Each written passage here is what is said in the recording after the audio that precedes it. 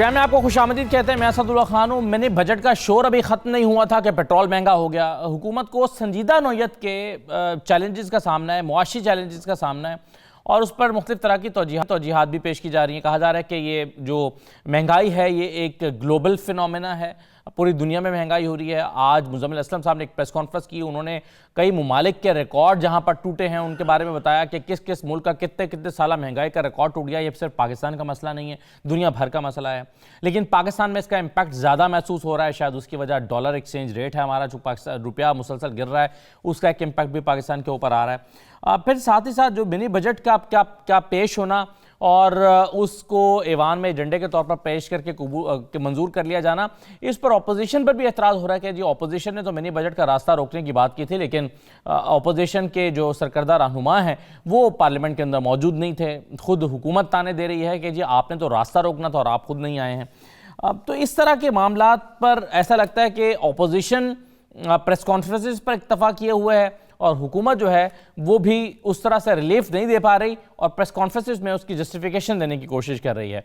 महंगाई एक सबसे बड़ा मौजू इस वक्त बना हुआ है। नया साल का आगाज़ हुआ है, इख्तिताम पुराने साल का 2021 का जो इख्तिताम है वो हुआ है मिनी बजट के ऊपर और 2022 का आगाज़ हो रहा है पेट्रोल की कीमत बढ़ने के ऊपर। जाहिर है उसका इम्पैक्ट भी महंगाई के ऊपर आएगा।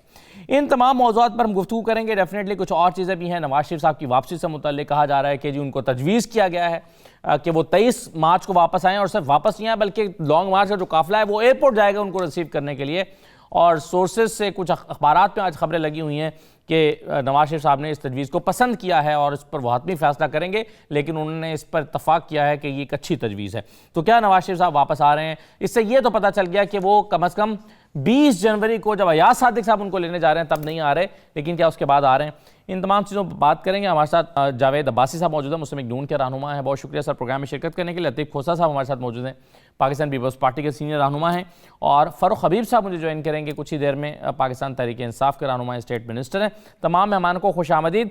सबसे पहले जो जावेद भाई साहब, फवाद चौधरी साहब ने एक ताना मारा है। उन्होंने कहा कि आप लोग जो हैं वो अपोजिशन तो वो इतनी मायूस है कि असम्बली तक में नहीं आई इस मिनी बजट को रोकने के लिए। उन्होंने क्या कहा है, ज़रा ये सुन लीजिए।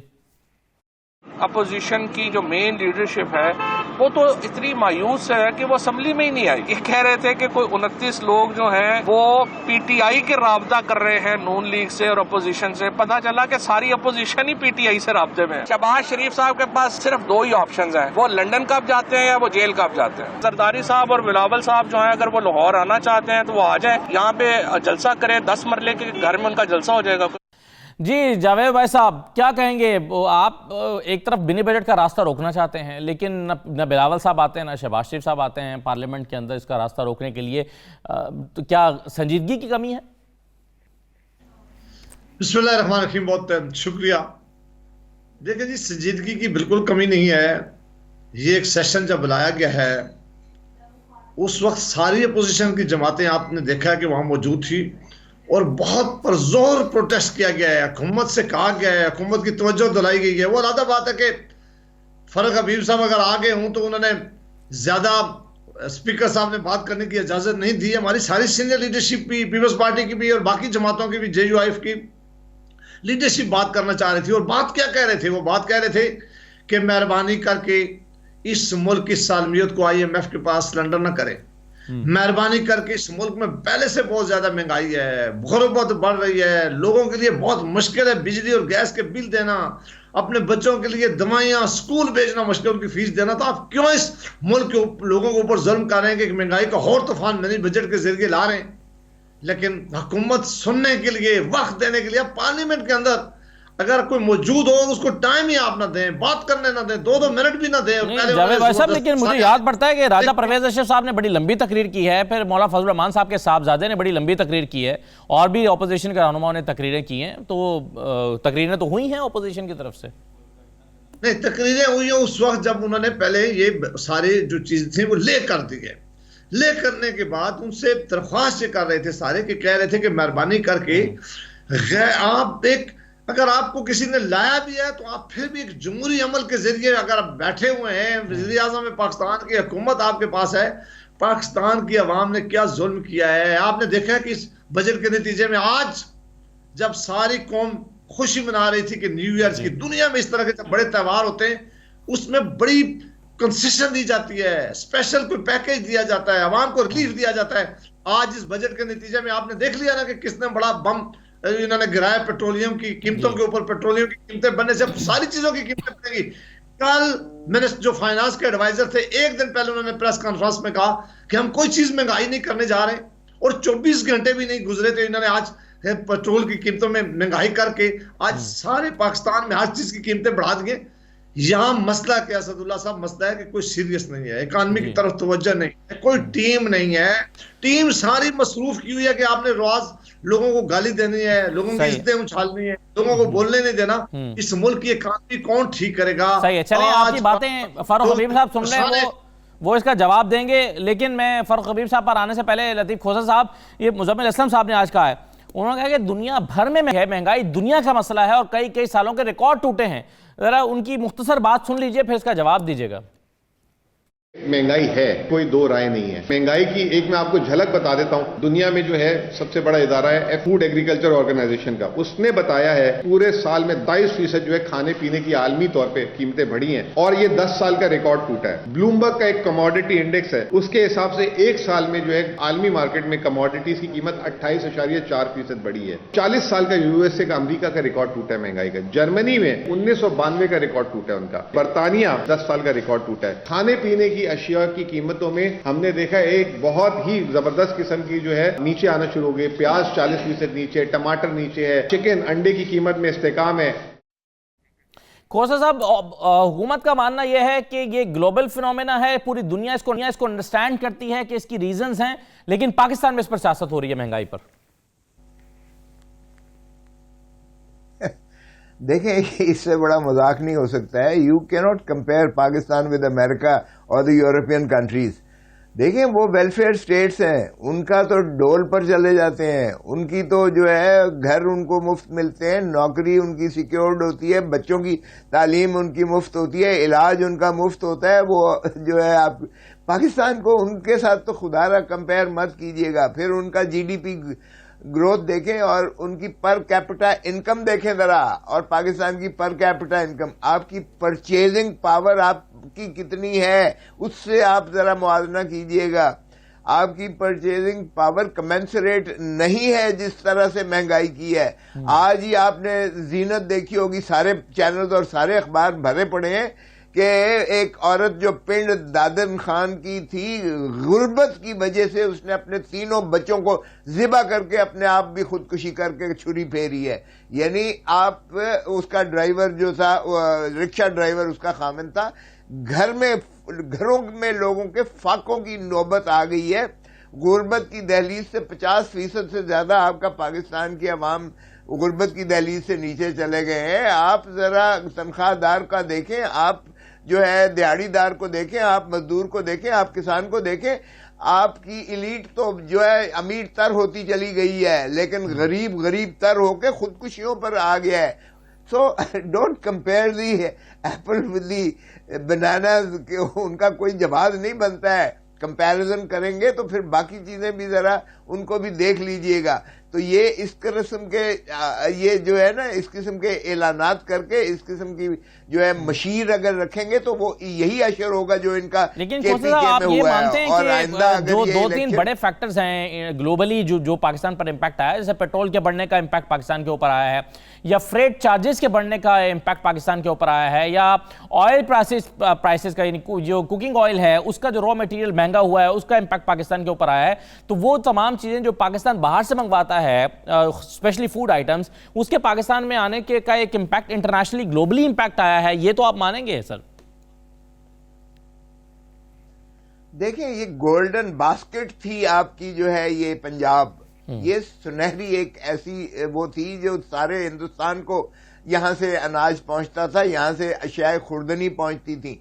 आपकी जो है कैसे आप कंपेयर कर सकते हैं? जापान में कोई एग्रीकल्चर नहीं है, कोई ग्रोथ नहीं है, कोई कुछ नहीं।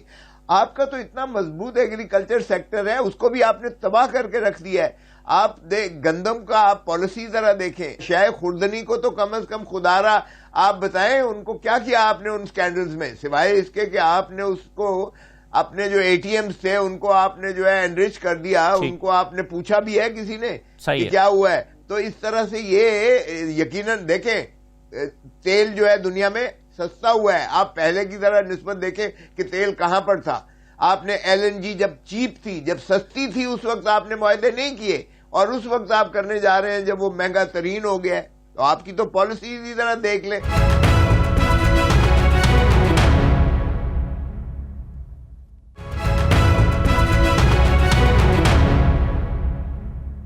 फारूक हबीब साहब, ये आपके जो चेयरमैन एफबीआर हैं डॉक्टर अशफाक साहब, उन्होंने कल कहा प्रेस कॉन्फ्रेंस में, उन्होंने कहा कि हुकूमत ने जो टैक्सेस पर एग्जम्पशंस विड्रॉ की है, इसकी एक पॉलिटिकल प्राइस पे करना पड़ेगी। आप इत्तफाक करते हैं कि इसकी एक सियासी कीमत है जो आपको अदा करनी पड़ेगी?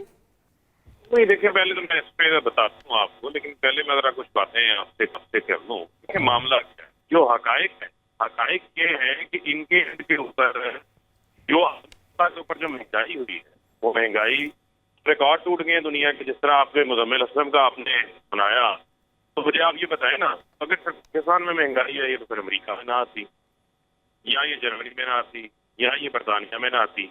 अगर महंगाई इस वक्त पूरी दुनिया के अंदर है तो पाकिस्तान भी उससे मुतासिर हो रहा है। हम भी उसी ग्लोबल नहीं, उसमें फरूख साहब आर्गूमेंट ये है ना कि दुनिया में महंगाई हो रही है, पाकिस्तान में भी हो रही है, लेकिन दुनिया की करेंसी, कई ममालिक की, जहां पर आप यूएस की मिसाल देंगे, उनकी करेंसी नहीं गिरी है जिस तरह से पाकिस्तान की करेंसी गिरी है, तो उसका इम्पैक्ट भी आता है।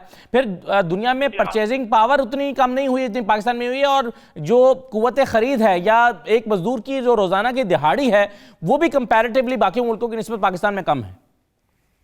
असल बात यह है कि जब हम कंपेयर करते हैं, आप ये भी देखें कि 22 करोड़ का मुल्क है भाई, यहाँ पर 50 लाख लोगों का सालाना जो है वो इजाफा हो रहा है। जो आपकी आबादी बढ़ रही है, उनकी शायद खुर्दनोश की जरूरत भी बढ़ रही है, उनको घरों की भी जरूरत है, उनको नौकरियों की भी जरूरत है। क्या उस हिसाब से प्लानिंग हुई इस मुल्क के अंदर? क्या उस हिसाब से वसाइल क्रिएट किए गए? अभी एग्रीकल्चर की बात कर रहे थे, मैं इसको चैलेंज करता हूँ ये कि आज कॉटन की रिकॉर्ड पैदावार हुई, आज इस बार जो है वो गन्ने की रिकॉर्ड पैदावार है, आज जो है वो आपकी गन्ने की रिकॉर्ड पैदावार है। सर, मौजूदा खाद का जो बहरान है, क्या 6 महीने बाद भी आप कह सकेंगे रिकॉर्ड गंदम की पैदावार हुई है? भाईजान, एक एक करके जरा बात करते हैं ना, उस पर भी करते हैं। बात यह है कि 1100 अरब रुपया किसान की जेब में इजाफी गया है जी। 400 अरब रुपया इस साल जो है वो इजाफी जा रहा है। 225 रुपए मन गन्ने का रेट इसी हुकूमत ने मुकर्रर किया है। 1300 से आपकी जो गंदम की कीमत थी उसको बढ़ाकर हम जो है वो लेकर गए हैं, 1800 रुपए के ऊपर। मुझे आप बुनियादी तौर के ऊपर ये बताएं कि अगर ये हकायक आपके सामने हैं तो उन हकायक को भी ये तस्लीम कर लें। आज ये बात करते हैं मुल्क की मैशियत की, PMLN वालों को तो टीवी के ऊपर आना ही नहीं चाहिए। ये तो मुल्क की एक्सपोर्ट्स को भी नीचे लेके चले गए थे, आज मुल्क की एक्सपोर्ट्स रिकॉर्ड ऊपर जा रही हैं। इसके अलावा आप देखें कि हमारी जो टैक्स कलेक्शन है वो हमारी इस साल 32% इजाफी है। 2600 अरब का 6 महीने का टारगेट था, हम 2950 अरब जो है वो जमा कर रहे हैं। तो ये वो हकायक हैं, ये जो वो फैक्ट्स हैं जिन फैक्ट्स की बुनियाद के ऊपर इकॉनमी हमारी बिल्कुल दुरुस्त सिमत पे चल रही है। 70,000 नई कंपनियां रजिस्टर्ड हुई हैं, 1000 अरब रुपए का उन्होंने प्रॉफिट कमाया है। नून लीग के दौर के अंदर वो 500 अरब रुपए के ऊपर ये जो टैक्स छूट खत्म कोरोना आया, कोरोना की कोई बात नहीं करेगा। सवाल था फारूक हबीब साहब, एक मिनट सुन लेना, इसमें आप चेयरमैन एफबीआर से इत्तेफाक करते हैं कि नहीं करते? 30 सेकंड जी सर, मुझे 30 सेकंड जी। मुझे आप ये बताएं कि पूरी दुनिया में कोविड-19 आया, कराची सिंध में इन्होंने लॉकडाउन लगा दिया, हमने लॉकडाउन नहीं लगाया, हमने फैक्ट्रियां नहीं बंद होने दी। यही वजह है कि आपकी मुल्क की मैशियत चल रही है। हमने 250 अरब रुपए की मुफ्त वैक्सीनेशन लगाई है लोगों को इस हुकूमत ने खरीद के। सिंध हुकूमत ने एक वैक्सीनेशन नहीं खरीदी, 45 अरब रुपए की वैक्सीनेशन हमने सिंध की आवाम को लगाई है। लेकिन ये नहीं मानेंगे, हमने जो है वो एहसास प्रोग्राम के तहत 65 अरब रुपया कैश तकसीम किया सिंध की आवाम को। जो सिंध में जखीरा अंदोजी है, जो 20 अरब रुपए की चूहे गंदम खा जाते हैं, 13 साल से इनकी हुकूमत है, वहां जो गुर्बत है, वहां जो महंगाई है, उसका जवाब तो पीपल्स पार्टी दे दे, वो ये नहीं देंगे। आज ये जो है वो इमरान खान पर तनकीद करेगा। भाई इमरान खान के तो लंदन में महलात नहीं है, उसके तो जीजो कारब ना काबीना का हिस्सा ना किसी जो है वो अहम मनसब के ऊपर कायम है। केसेस तो आपके ऊपर हैं, पापड़ वाले के, फलूदे वाले के, मनी लॉन्ड्रिंगों के, टीटियों के, वो इमरान खान ने तो नहीं किए। लिहाजा फारूक हबीब साहब, इमरान खान को तो भी आए एक आप 3 सियासी साल हुए आदमी हैं, इलेक्शन लड़ते हैं, लेकिन मुझे ये बताइए जब आप आवाम के पास जाएंगे तो 2023 का जो इलेक्शन है वो महंगाई पर होना है या ये फालूदे और पापड़ वाले के नैरेटिव के ऊपर आपने इलेक्शन लड़ना है? अगला 2018 का तो आपने इसी नैरेटिव पे लड़ा था, लेकिन 23 का किस पे लड़ना है? नहीं, ये देखें, असल बात ये है, हम यहाँ इलेक्शन खेलने नहीं बैठे हुए। आप ये भी बात देखें ना, इस मुल्क के निजाम को अगर आगे चलाना है, अगर इलेक्शन ही करना है तो ये तो दोनों जमातें करती रही हैं, पीपल्स पार्टी और नून लीग, नवाज शरीफ, ये तो अपने इलेक्शन को ही देखते थे। इनको नहीं समझ आई, इन्होंने कहा जी लाखों कनेक्शन बांट दो गैस के, इन्होंने कहा गैस मुल्क में हो ना हो लेकिन कनेक्शन बांट दो, लाखों सरकारी नौकरियां बांट दी पकड़ के, आपके पास इदारे चलाने को हो या ना हो, आपके पास अरबों डॉलर्स का जो है वो कर्जा ले लिया, उतारना किसने था किसी को नहीं पता था। बुनियादी तौर के ऊपर जो आज हम काम कर रहे हैं वो मुल्क को ठीक करने के लिए काम कर रहे हैं, उसके दूररस नताइज हैं। हम इकोनॉमी को डॉक्यूमेंट कर रहे हैं, जो भी आप चेयर फारूक साहब मुझे ब्रेक पर जाना है, अगर आप चाहें तो इस सवाल का जवाब दे दें। इसी तरीके से हमारा सबसे बड़ा हेल्थ कार्ड, जी सर मैं हेल्थ कार्ड पर आता हूं, मैंने हेल्थ कार्ड पे बात करनी है, मैं ब्रेक के बाद उस पर आ जाऊंगा। का जो प्रोग्राम है, जी मैं हेल्थ कार्ड पे आता हूं, मैंने उस पर बात करनी है। वो आपने उस पर वो जो कहा कि हम के DHQs बंद कर देंगे, इस पर बहुत सारे पहलू हैं, इस पर गुफ्तगू करने के लिए मुख्तसरन मुझे बता दें, फिर ब्रेक पर जाना है मुझे, कि क्या आप इत्तफाक करते हैं चेयरमैन FBR की बात से कि आपको एक सियासी कीमत अदा करनी पड़ेगी जो आपने स्टेप लिया है अभी मिनी बजट वाला? देखें बुनियादी तौर के ऊपर अगर आप आज सेल्स टैक्स का सिस्टम लेकर आते हैं और उसको आप रिफंडेबल भी कर रहे हैं, उसका असल मकसद है आप अपनी इकोनॉमी को डॉक्यूमेंट करना चाहते हैं। जिस इकोनॉमी को उन्होंने खुला छोड़ा हुआ था, आप ये बताएं ना कि हम 3840 अरब रुपए पे हमें टैक्स कलेक्शन मिली थी, हम उसे 6000 अरब पे लेके जा रहे हैं। हमने 3 साल में 2200 अरब का इजाफा कर रहे हैं। इस मुल्क में टैक्स जमा होगा तो मुल्क चलेगा। जिस तरह एक घर को चलाने के लिए आमदन चाहिए, इसी तरह 22 करोड़ के मुल्क को चलाने के लिए भी भाई मेरे आमदन चाहिए। आमदन कहां से आएगी? टैक्स से आएगी। आमदन कहां से आएगी? अगर इस मुल्क में कारोबार चलेगा, मैशियत चलेगी, ठीक है, इसी तरह से आमदन आएगी। टैक्स कलेक्शन बढ़ाने के लिए बिल्कुल सही है। रिकॉर्ड इस मर्तबा हमारे टारगेट से भी ज्यादा टैक्स करने की तवक्को है। क्या इसकी तारीफ करते हैं हमारे ऑपोजिशन के रहनुमा जो प्रोग्राम में शरीक हैं? एक छोटा सा ब्रेक लेते हैं जी, ब्रेक के बाद वापस आते हैं।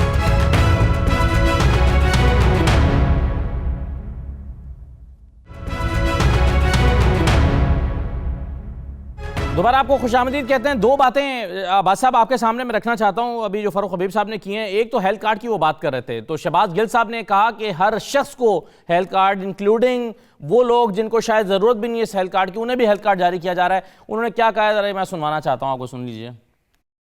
आज हम आपके तवज्जुह से ये हेल्थ कार्ड मरियम सफदर को भी भिजवा रहे हैं, उनके शौहर कैप्टन सफदर को भी भिजवा रहे हैं, शहबाज शरीफ को भी भिजवा रहे हैं, उनके उन तमाम मुलाजमीन 16 जिनके अकाउंटों के अंदर 16 अरब की जाली टीटियां लगी उनको भी भिजवा रहे हैं। आज हम ये हेल्थ कार्ड हमजा शहबाज को भिजवा रहे हैं। अब किसी को लंदन इलाज कराने के लिए नहीं जाना पड़ेगा।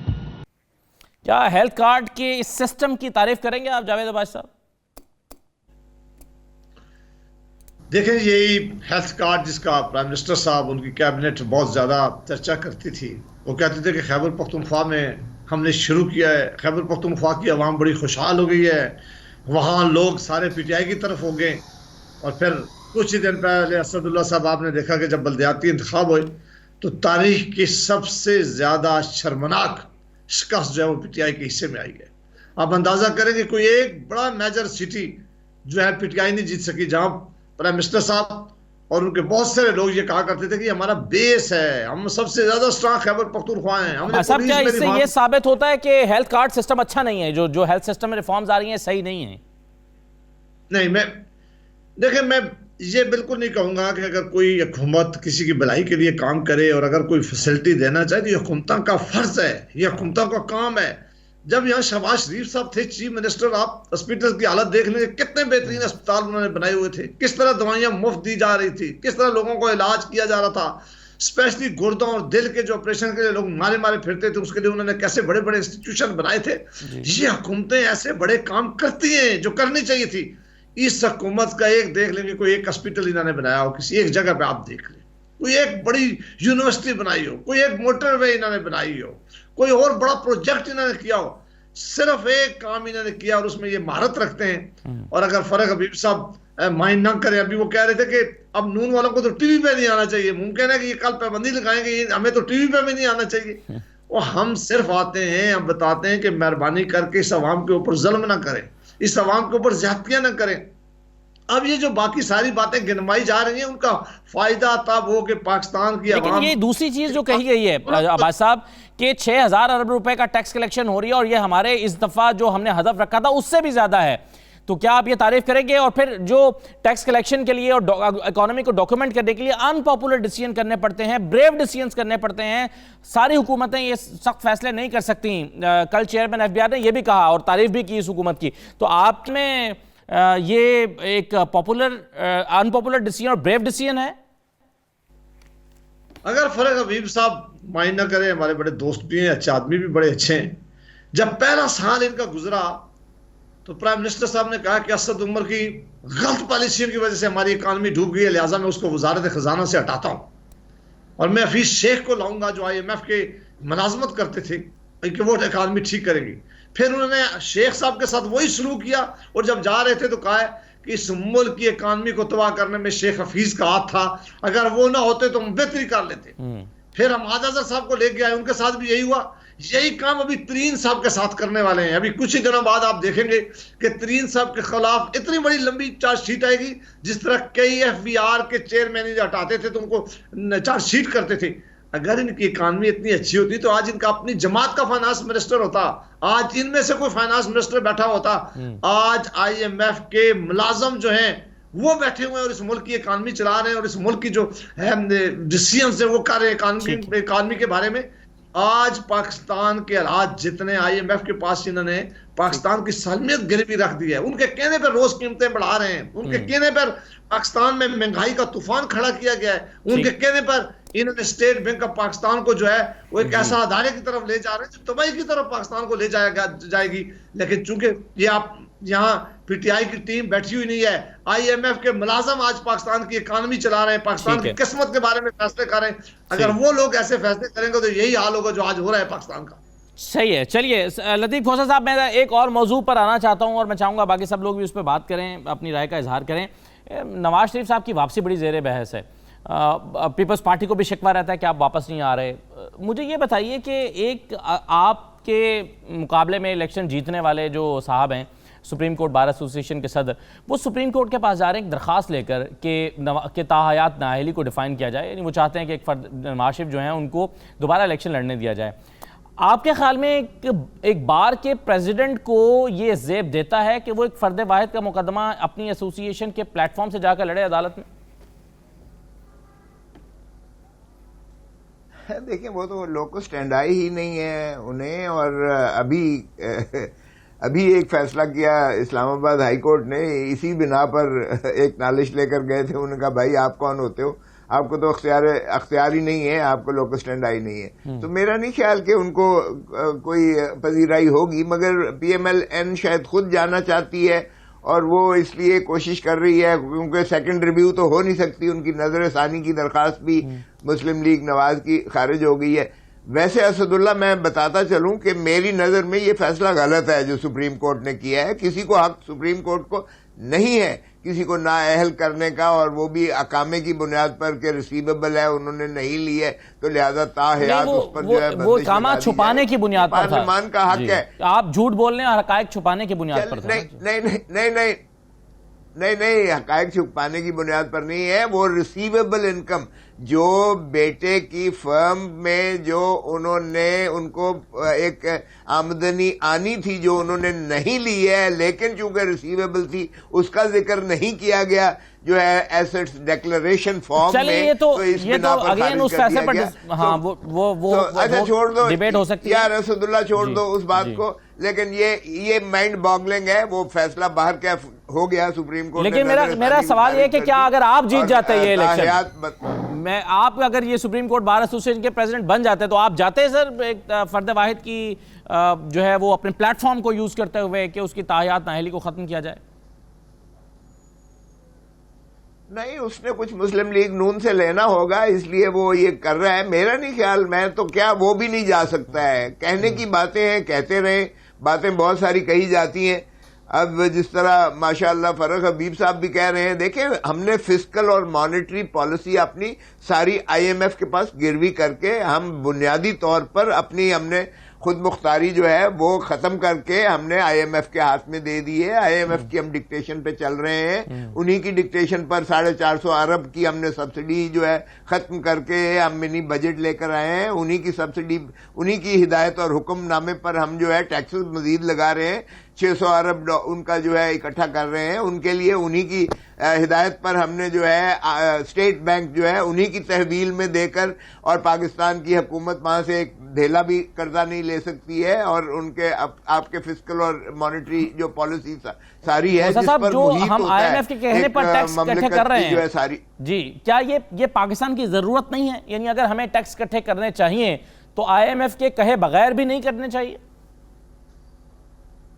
नहीं, क्यों नहीं करने चाहिए? देखें, एक पॉलिसी बाकायदा बनाएं, इसमें बिल्कुल नेटवर्क बढ़ना चाहिए, इसमें कोई मुजाहिर बिल्कुल होना चाहिए। इसमें जो लोग टैक्स चोर हैं, चोरी करते हैं, उनके खिलाफ भी बिल्कुल तादीबी। लेकिन आप तो जरा देखिएगा, इनके अपने जो है शब्बर रिजवी साहब जो फॉर्मर माशाल्लाह बहुत इन्होंने ट्रम्पट किया कि जी बड़ा हमने एक बहुत बड़ा एक्सपर्ट हमने ले आए हैं FBR का चेयरमैन, उसने कहा पाकिस्तान दिवालिया हो गया है। उसकी अपनी बयान है, ये कुछ दिनों के ही है कि पाकिस्तान दिवालिया हो गया। अब मुझे बताएं कि अगर इन्होंने दिवालियापन की तरफ ही लेके जाना है तो इन्होंने अगर इस तरह से चलाने हैं, और जिस तरह अभी मेरे भाई ने कहा अब्बासी ने कि 4 तो फाइनेंस मिनिस्टर, आप 3 साल में 4 फाइनेंस मिनिस्टर आप बदल चुके हो, और वो भी फाइनेंस मिनिस्टर आपका नहीं है, आपने मुस्तार लेकर, और वो भी अपनी जो है स्टेट बैंक वाले सारे तनख्वाह भी हुकूमत पाकिस्तान नहीं तायन करेगी, वो खुद अपनी तनख्वाहें भी तायन करेंगे। तो अब आप बता दीजिएगा कि हमारी ममलिकतें कैसे चलेंगी। और जो सुनामी हमारे ऊपर महंगाई का आया है, आप यकीन कीजिएगा, बातें तो इन्होंने कर दी ना कि हमारे महल और सरे और फलाना और ये चीजें पिट चुकी हैं। ये बताएं कि ये आज तक कितने साल हो गए हैं इनके। फरूख हबीब साहब फैसला नहीं होने दे रहे जो फॉरेन फंडिंग का है PTI की। फॉरेन फंडिंग के केस का जरा फैसला करवा तो लें कि कौन किसके कहने पर जो है ये काम कर रहा है। क्या 5th जनरेशन वॉर शुरू हो चुकी है? क्या पाकिस्तान हमने जो है विदेशी आकाओं के सुपुर्द कर दिया है? क्या पाकिस्तान की अगला जो है हमारे ऊपर मुतालबा ये होगा कि रोल बैक करें अपना एटॉमिक प्रोग्राम को? क्या हम इस हद तक जो है नीचे लग के तो अपनी इससे भी बड़ा सवाल ये कि क्या ये प्रोग्राम खत्म होने के बाद भी हमें दोबारा IMF प्रोग्राम में जाना पड़े? यानी जब नई हुकूमत आएगी, चाहे वो तहरीक इंसाफ की आती है या किसी और की आती है, तो नई हुकूमत को दोबारा IMF के पास जाना पड़ेगा या नहीं जाना पड़ेगा? यानी इस IMF प्रोग्राम का फायदा हो रहा है या नहीं हो रहा? ये अपनी जगह पे इंपॉर्टेंट क्वेश्चन है। लेकिन मैं चाहूंगा कि इस डिस्कशन को थोड़ी देर के रोककर जो मैंने नई डिस्कशन इनिशिएट की थी उस पर जरा फरूख हबीब साहब जवाब दे दें और बासी साहब भी जवाब दे दें, फिर मैं दोबारा इस मौजू पर आ जाऊंगा अगले पार्ट में। मुझे फरूख हबीब साहब ये बताइए, कुछ दिन पहले राना सनाउल्लाह साहब थे मेरे शो में, उन्होंने कहा कि ये तो कोई मसला नहीं है नवाज शरीफ का वजीर आजम बनना, हमारी जमात से कोई भी शख्स वजीर आजम बनेगा आते ही पहला काम ये करेगा कि आइन को अमेंड करेगा और आइन में ये डिफाइन कर देगा कि नाअहली की मुद्दत कितनी होगी, और नवाज शरीफ आएंगे और हलफ उठाएंगे। तो कैसे रोकेंगे आप? चलें देखें, ये तो बुनियादी चीज़ होगी ना। फिर आप देखें पर्सन स्पेसिफिक आइनी तरामीम तो नहीं ना हो सकती। दूसरा बात यह है कि राना सनाउल्लाह की बातों को आप इतना ना दिल पे लिया करें, ना इतना संजीदा समझा करें उनको। बुनियादी तौर के ऊपर 2 चीज़ें हैं। दूसरी चीज़ ये है कि अभी खोसा साहब हमारे लिए बड़े काबिल एहतराम हैं। इन्होंने एक बात की, वो बात ऐसी है जिसे कहते हैं खसियानी बिल्ली खंबा नोचे। मसला क्या है? मामला ये है कि PTI ने तो कोई फॉरेन फंडिंग नहीं ली, ना हम फॉरेन फंडिंग के ऊपर यकीन रखते हैं, लेकिन बुनियादी तौर के ऊपर 35 करोड़ रुपए का खोसा साहब की पाकिस्तान पीपल्स पार्टी के हिसाब का जवाब दे दें आकर कि जो 9 इन्होंने बैंक अकाउंट से छुपा रखे थे इलेक्शन कमीशन से, उसका हिसाब ये नहीं दे रहे। PMLN ने 7 अकाउंट्स छुपा रखे थे, उसका वो हिसाब नहीं दे रहे। 45 करोड़ रुपए का रिकॉर्ड उनका मौजूद नहीं है, 35 करोड़ रुपए का रिकॉर्ड जो है वो पीपल्स पार्टी का मौजूद नहीं है। खोसा साहब ही उस केस में वकील हैं और अभी तक जो है वो दर्जनों पेशियां हो चुकी हैं। कभी खोसा साहब कभी कभी हमें ईद की चांद की तरह वहां नजर आते हैं। मैं उम्मीद करता हूं कि आइंदा तमाम पेशियों में जो खोसा साहब हैं ये खुद पेश होंगे और ये कहेंगे कि भाई आप पीपल्स पार्टी का भी फैसला करें, आप नून लीग का भी फैसला करें। PTI की तो स्क्रूटनी कमेटी की रिपोर्ट जमा होकर इलेक्शन कमीशन के पास भी पहुंच चुकी है, तो मैं कौन होता हूं जो फैसला ना होने देने वाला हूं। मैं तो इलेक्शन कमीशन को कहता हूं कि पाकिस्तान की ये तीन बड़ी जमातें पीटीआई, पीपल्स पार्टी, नून लीग, इनकी जो स्क्रूटनी चल रही है इसके हकायक पूरी कौम के सामने रखें और इनको लेकर आएं और एक वक्त के अंदर ये तमाम चीजें सामने आ जाएं। फिर पता चल जाएगा कि पीटीआई के अकाउंट्स में क्या है, पीपल्स पार्टी के अकाउंट्स में क्या है, नून लीग के अकाउंट्स में क्या है। दूसरी चीज ये है जो नवाज शरीफ वाला मामला है, जो उनको सजा हुई है, मुझे तो ये नहीं समझ आती कि कौन सा बाप है जो अपनी बेटी की कंपनी में नौकरी कर रहा था। वो भाई मुल्क का वजीर आजम, 3 बार मुल्क का वजीर आजम भी है और वो बैरून मुल्क एक कंपनी का इकामा लेकर बैठा हुआ है, वहां वो मुलाजमत कर रहा है। और ये सब जो है वो पर्दा डालने के लिए, चोरी छुपाने के लिए ऐसी कंपनियां बनाई जाती हैं, इकामे बनाए जाते हैं। नवाज शरीफ को इकामे की क्या जरूरत थी? ख्वाजा आसिफ मुल्क का वजीर दिफा भी था, वजीर खारजा भी था, उसको इकामे की क्या जरूरत थी? एहसन इकबाल मनसूबाबंदी के वजीर भी थे, वजीर दाखिला भी थे, उनको इकामे की क्या जरूरत थी? क्यों इन्होंने इकामे रखे हुए थे? उन इकामों को रखने की वजह यह थी कि चोरी का पैसा जो है उन इकामों के जरिए बाहर ठिकाने लगाएं ताकि उसका पूछने वाला कोई ना हो। जो आप बात कर रहे हैं, अकाउंट्स भी खोल सकते हैं इनकी आइडेंटिटी। अजम्पशन नहीं है, एक मिनट, ये अजम्पशन नहीं है, ये हकायक हैं। उन्हीं हकायक की बुनियाद पर सुप्रीम कोर्ट ने नवाज शरीफ को जो है वो नाअहल किया। 62-63 के ऊपर हुकामा छुपाया हुआ था, उस तनख्वाह को छुपाया गया जिसके ऊपर वो सादिक और अमीन नहीं रहे। उसके बाद वो 4 फ्लैट्स नैब अदालत ने सजा उनको दी है। उन 4 फ्लैटों के आज तक कुछ जराए आए हैं, सवाए कतरी खत के, सवाए जाली कैलबरी फोर्ड के, सवाए जाली एफिडेविटों के, ऑडियो टेप्स के अलावा आज तक कुछ सबूत ये लेकर आए हैं? कोई सबूत नहीं लेकर आए। मुझे आप ये बताएं ना, ये लंदन के महलात अगर बने हैं तो कोई बैंक अकाउंट दिखाएं ना, कोई रसीदें दिखाएं जिसके जरिए ये पैसे गए थे। वो तो इन्होंने दिखाए नहीं। इस मुल्क को करप्शन, इस मुल्क की जड़ों में राइज करने वाले नवाज शरीफ और आसिफ अली जरदारी हैं। आज ये कहें जनाब हम बड़े दूध के धुले हुए हैं, हम बड़े साधु हैं, हमारे ऊपर आप बात ना करें, ये नहीं हो सकता। आप मुल्क का जो मॉरल अखलाकियात हैं उसको नीचे नहीं गिरने दे सकते।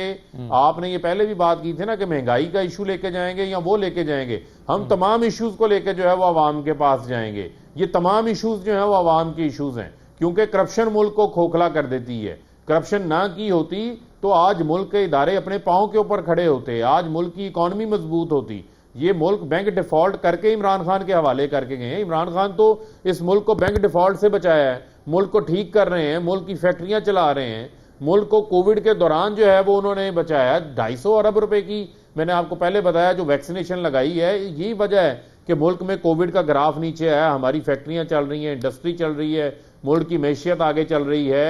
आलमी सतह के ऊपर जो है ये कहते हैं हमारा सिस्टम रोल बैक हो जाएगा। मुझे आप बता दें कि किसने दुनिया के अंदर आंखों में आंखें डाल के बात की हो? इमरान खान दुनिया के सामने पाकिस्तान का मौकफ भी रखते हैं, आलम इस्लाम का मौकफ भी रखते हैं, डंके की चोट के ऊपर रखते हैं। कोई और लीडर ऐसा कर सकता है तो बता दें। इनकी तो पर्चियां गुम हो जाया करती थी।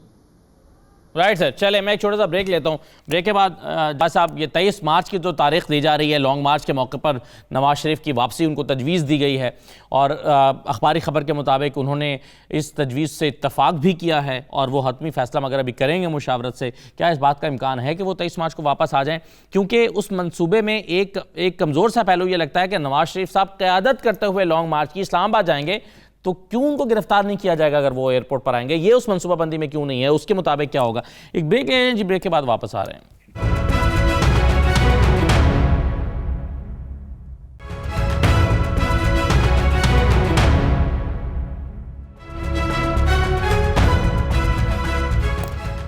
दोबारा खुशामदीद कहते हैं आपको। जावेद अब्बासी साहब, नवाज शरीफ साहब की 23 मार्च की वापसी के हवाले से एक तासुर ये उभरा है कि नवाज शरीफ साहब के वापस आने का तो फिलहाल कोई इम्कान नहीं है, लेकिन ये खबरें इसलिए फैलाई जा रही हैं कि एक कारकुनों में तासुर दिया जाए कि वो लॉन्ग मार्च की तैयारी करें, नवाज शरीफ साहब खुद आ रहे हैं। ये तासुर दुरुस्त है या उनकी आने की खबर दुरुस्त है? नवाज शरीफ साहब क्या 23 मार्च को वापस आ रहे हैं? क्या इस सिलसिले में बहुत संजीदगी के साथ गौर हो रहा है? देखिए, इंशाल्लाह वो पाकिस्तान में जरूर वापस आएंगे। ये फैसला उन्होंने करना है। उनका इलाज भी अभी कुछ पेंडिंग था, उसको भी चूंकि कोरोना की वजह से आपको पता है कि जब से वो गए अभी तक चीजें वहां नॉर्मल नहीं हुई और सारे प्रोसीजर नहीं हो सके। हमारी पार्टी की भी ख्वाहिश है, पाकिस्तान की आवाम की भी ख्वाहिश है और इंशाल्लाह वो वापस आएंगे। मैं तारीख के बारे में कुछ अभी नहीं कह सकता। ये फैसला बहरहाल उन्होंने ही करना है। कौन सा मुनासिब टाइम होगा जब वो समझेंगे कि अब तबीयत बेहतर है या डॉक्टर उनको अलाउ करेंगे तो जरूर पाकिस्तान तशरीफ लाएंगे। जो बात सिर्फ उनकी तबीयत के साथ ही ये मशरूत है वापस आना? क्योंकि हमने 2-3 आपके रहनुमाओं से ये बातें भी सुनी है कि जब उनको इंसाफ की फराहमी की यकीन दहानी कराई जाएगी तो वापस आएंगे। मरियम साहबा कह चुकी हैं कि आज उनकी ज़िंदगी की ज़मानत दी जाए, उनकी हिफाजत की ज़मानत दी जाए तो वो वापस आ जाएंगे। तो क्या सिर्फ सेहत का मामला है या कुछ और चीज़ें भी हैं? सबसे इंपॉर्टेंट मामला बिल्कुल सेहत का है। सेहत की ही वजह से वो गए थे, वरना आपको पता है कि वो इलेक्शन का दौरा था, जब उन्हें पता था कि उनके खिलाफ एक गलत फैसला करवा लिया गया है और वो सीधे जेल जाएंगे, तो वो खुद मरियम साहबा को लेकर पाकिस्तान तशरीफ लाए थे और उन्होंने जेल में चले गए थे। उनको ना जेल की परवाह है, ना उनको हमारी लीडरशिप जेल में डरती है। सारी लीडरशिप को पता है कि झूठे केसेस हैं हमारे ऊपर, सारे जाली केसेस हैं। आज पाकिस्तान में ये तो दावे कर रहे थे, अभी फरक हबीब साहब ने कहा है, ये वही दावे थे जो कहा करते थे कि हम 400 अरब रुपया बाहर पड़ा हुआ है वो लेके हम आ जाएंगे। वो इनसे मेहरबानी करेंगे कि आपके पास 3.5 साल हो गए हैं, आपने किसी 1 रुपए की रिकवरी की, आप रोज टीटीज की बात करते हैं, आप रोज जाली अकाउंट की बात करते हैं। सुप्रीम कोर्ट ऑफ पाकिस्तान ने और हाई कोर्ट ने नैब के बारे में क्या कहा है, आपके अदारों के बारे में उन्होंने क्या कहा? उन्होंने कहा है हुकूमत नैब को पॉलिटिकल इंजीनियरिंग के लिए इस्तेमाल करती है, लोगों की लॉयल्टी चेंज करने के लिए इस्तेमाल करती है, लोगों की पगड़ियां उछालने के लिए इस्तेमाल करती है। उन्होंने कहा है कि नैब बुरी तरह नाकाम हो गया है किसी पे पैसा रिकवर करने में या कोई क्रिमिनल केस जो है उसको लॉजिकल एंड तक पहुंचाने के लिए। सारी लीडरशिप को इन्होंने जेलों में रखा है। इन्होंने अपनी नाक का मसला जो था वो तस्कीन किया है। आप करें कि इससे पाकिस्तान में बेहतरी आई है, पाकिस्तान में खुशहाली आई है। इमरान खान साहब एक तवातर के साथ एक बात किया करते थे कि महंगाई तब होती है जब हुक्मरान चोर होते हैं। आप तो असदुल्ला साहब आपने ये बातें सुनी थी ना। आज कौन चोरी कर रहा है कि आज महंगाई इतनी हो रही है? वो कहा करते थे इमरान खान साहब कि हम आएंगे, दुनिया की इन्वेस्टमेंट हमारे पास आएगी। कौन सी इन्वेस्टमेंट आई है? वो कहते थे मैं आऊंगा, चाइना और टर्की की मिसालें देते थे कि मैं गुर्बत खत्म करूंगा। आज पाकिस्तान की तारीख में सबसे ज्यादा गुर्बत है, इनके पास पाकिस्तान की आवाम को देने के लिए कुछ नहीं है। राइट सर, मैं एक चीज जो अभी नवाज शरीफ की वापसी की बात हो रही थी, फारूक हबीब साहब जरा मुख्तसरन जल्दी से ये भी बता दीजिएगा कि आप उनकी वापसी के लिए शहबाज शरीफ साहब के खिलाफ एक दरखास्त लेकर लाहौर हाई कोर्ट के पास जाना चाहते थे, वो कब जा रहे हैं? देखें, बात यह है कि शहबाज शरीफ ने 50 रुपए के स्टाम्प पेपर के ऊपर ये गारंटी दी थी कि वो अपना भाई का इलाज करवा कर उनको वापस पाकिस्तान लेकर आएंगे जी। लेकिन नवाज शरीफ पाकिस्तान वापस नहीं आए, बल्कि शहबाज शरीफ ने खुद मुल्क से फरार होने की जो है वो कोशिश की जी। और आपके ये भी इल्म में है कि वो नवाज शरीफ ने वहां पर एक इंजेक्शन भी नहीं लगवाया। इंग्लैंड के अंदर बहुत सारी लोगों के, हजारों लोगों के इलाज हो चुके होंगे, लेकिन एक ऐसा इलाज है जो नवाज शरीफ का इलाज नहीं हो रहा। कभी ये इलाज के पीछे छुप जाते हैं, कभी ये कहते हैं उनकी जान को खतरा, हमें गारंटी दो, हम पाकिस्तान तब आएंगे। कभी ये कहते हैं नहीं बस जी हम तो बस पाकिस्तान वापस आ रहे हैं। भाई आप पाकिस्तान आए, आकर आपके लिए अडयाला जेल की वैन वहां मौजूद होगी, आपने जेल वापस जाना है। नहीं, ये तो रिक्वेस्ट हो गई ना सर, कानूनी रास्ते आपके पास मौजूद हैं। फारूक साहब, आप तो शहबाज शरीफ साहब के खिलाफ कानूनी रास्ता हम लाहौर हाई कोर्ट सुन लेना, हम लाहौर हाई कोर्ट भी जाएंगे, वहां शहबाज शरीफ ने जो स्टाम्प पेपर रखा है वो सामने रखेंगे कि अदालत इसके ऊपर जो है वो अब कंप्लाइंस करवाए। हमने तो 8 अरब रुपए की, आपको याद होगा, श्योरिटी बॉन्ड मांगा था इनसे जी। उसको इन्होंने जाके चैलेंज कर दिया था फौरी तौर पर लाहौर हाई कोर्ट के ऊपर, ठीक है। और अदालत से जो उनको रिलीफ मिला था, आज अगर वो 8 अरब रुपया पड़ा होता तो ये वापस ना आते, कम से कम वो कौमी खजाने में तो जमा होता, वो किसी गरीब आदमी के ऊपर, कल को उसकी डेवलपमेंट के ऊपर तो वो पैसा खर्च हो जाता। लेकिन वो श्योरिटी बॉन्ड जो है वो नहीं मिल सका। लेकिन हमने अदालत का फैसला का एहतराम किया, अब उसी अदालत का दरवाजा हम खटखटाएंगे। इसके अलावा जो है हमारी बरतानवी हुकूमत के साथ भी जो है वो मामला चल रहा है, जो पाकिस्तान है। आप देखें ना, मामला तो ये है, चोरी करनी थी, पैसा लंदन लेके जाना था, तो इन्होंने टीटी साइन नहीं की दो मुल्कों के दरमियान कि आप कोई ऐसा जो मुलजिम आपको मतलूब हो, को आपका मुजरिम हो, वो आपके हवाले हो जाए, कोई टीटी साइन नहीं की थी। अब उसके ऊपर हमने काफ़ी काम कर लिया है, उसके ऊपर काफ़ी पेशरफ्त हो चुकी है, वो भी मामला आगे बढ़ रहा है। तो इसके अलावा नवाज शरीफ को जो है पहले इनकी एक्सटेंशन की दरखास्त जो है वो फारिग हो चुकी है जी। वो रिव्यू भी हमें उम्मीद है कि फारिग हो जाएगा, फिर तो इनको डिपोर्ट होना ही पड़ेगा। इसी वजह से ये शोशा छोड़ देते हैं जी, नवाज शरीफ आ रहे हैं और अखलाकी जुर्रत करें, खुद आ जाए ना। आप अगर शहबाज शरीफ के खिलाफ जाना चाहते हैं लाहौर हाई कोर्ट में, लतीफ खोसा साहब, कानूनी इसके क्या पहलू होंगे? अगर शहबाज शरीफ साहब के खिलाफ जाते हैं हाई कोर्ट में, पीटीआई जाती है कि जी ये वो गारंटर है जिन्होंने कहा था ये वापस आएंगे और नहीं वापस आए, तो गारंटर के खिलाफ क्या कार्रवाई हो सकती है? कानून क्या कहता है?